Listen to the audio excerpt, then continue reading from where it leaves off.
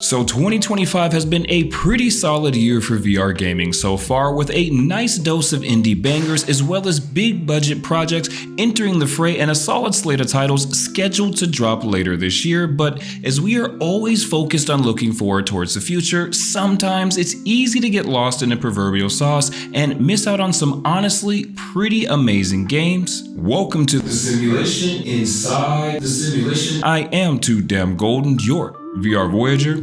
and today we're going to be taking a look at 5 more underrated VR games that you should be playing. Springing into the light at number 5 is the well-crafted and highly addictive first-person action-adventure title Into Black, which unfortunately kinda got lost in the shuffle of big VR releases at the tail end of last year that, simply put, is a fun game that will definitely fit nicely in your VR library. Developed by experienced VR studio Binary Mill, Into Black sees gamers playing as deep space scavenger Ben Mitchell, who alongside your AI companion Jonathan is sucked into a black hole. That's what she said! And transported to an alien world where you are tasked with repairing your damaged ship in its remarkably fun cave exploration themed journey, where players will explore the depths of an alien world very much in a Subnautica-esque type of fashion, although I will point out that you can play this game with up to 3 friends. Utilizing a variety of different tools crafted via the always handy Fabricator, players will enjoy this simplistic yet remarkably fun title, as the unremarkable yet somehow well stylized vibrancy of the caves, flora and fauna will certainly keep you coming back to explore time and time again. Into Black is a solid addition to any VR gamer's library that has some of the space's best lighting effects, and the companionship of your AI buddy Jonathan actually provides some quirky and comedic one-liners reminiscent of Claptrap of Borderlands fame. They totally suck skag balls, but I've got a foolproof plan to kick their culty asses. And is 100% worth a play. So the game in at number 4 is one of those games that I find myself playing when I don't want to jump into a really involved game or like a complex storyline, as Galactic Catch, much like our previous entry, sees players embark upon an alien world, except the catch this time is, well, fish. You're catching fish. However, these just aren't your average ordinary fish in this one, as players will look to catch a variety of the 60 different species of aquatic life in a cozy yet engaging fashion that reminds me of the good old real fishing days back in the day, for those of you old enough to remember, of course. But casting is nice and accessible with solid physics attached to it, but the real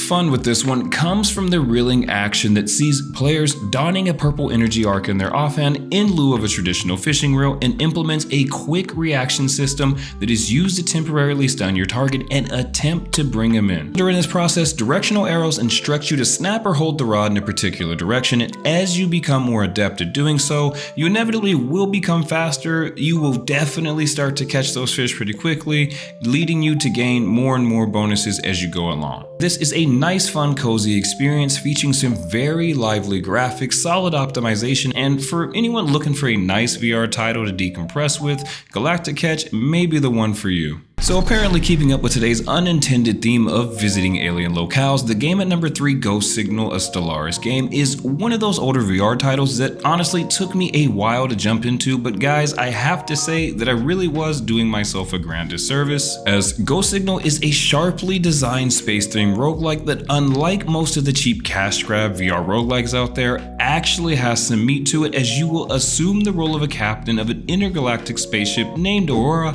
who, upon picking up a strange deep space signal, which leads to several epic space battles throughout 7 different sectors in space. Now, this is a fast travel games title, guys, so the quality that we have come to expect from the studio is definitely apparent, and the risky decision to make this one a roguelike real-time strategy game with you controlling your ship from third-person perspective is certainly not the norm for the space nor genre, but it absolutely paid off, as Ghost Signal is one of the best VR games I've played personally in the last couple of years. Now, the best aspects of this one to me are the resource management decisions that are to be made whether that entails you doing shield repairs, weapon upgrades, or using your boost to either evade or catch up to your opposition. And it has to be noted that unlike the vast majority of the sea of roguelites out there, Ghost Signal actually possesses a solid narrative that allows it to fit perfectly within the Stellaris universe. And it is this narrative, strong visual presentation, and intuitive controls that see Ghost Signal locked in at number 3 on today's countdown. So at number 2, we are going from intergalactic exploration to a dark and moody vampiric excursion, as Vampire the Masquerade Justice is an expositional masterpiece that most likely got lost in the shuffle due to some middling visuals, but make no mistake of it, this is a very interesting game nonetheless. Vampire the Masquerade Justice takes place in the world of darkness, and gamers assume the role of Justice, a vampire of clan Banu Hakim who travels from New York to Venice after the murder of his or her sire in an effort to recover a mysterious statuette that was stolen from you. And as Justice, this adventure RPG will see gamers sleuthing and sneaking about in the shadows and from various vantage points to inch ever closer to the truth, completing missions and side quests alike to earn XP for ability upgrades along the way. And this game does allow for a moderate amount of exploration. However, I must mention that this is very much a linear experience, with different missions taking place within instances called undertakings, and your hideout serving as the hub for forward progression. Combat-wise, players have the option to use a variety of different abilities in addition to a crossbow with various craftable arrows to dispatch enemies, but to me the star of the show combat-wise, of course, are the vampiric abilities, as there is something that just felt so perfect about summoning a demon portal or absolutely draining the life force out of an enemy. But folks, rough edges aside, the beautiful atmosphere, audio presentation, and narrative and pacing do add up to make a pretty good experience,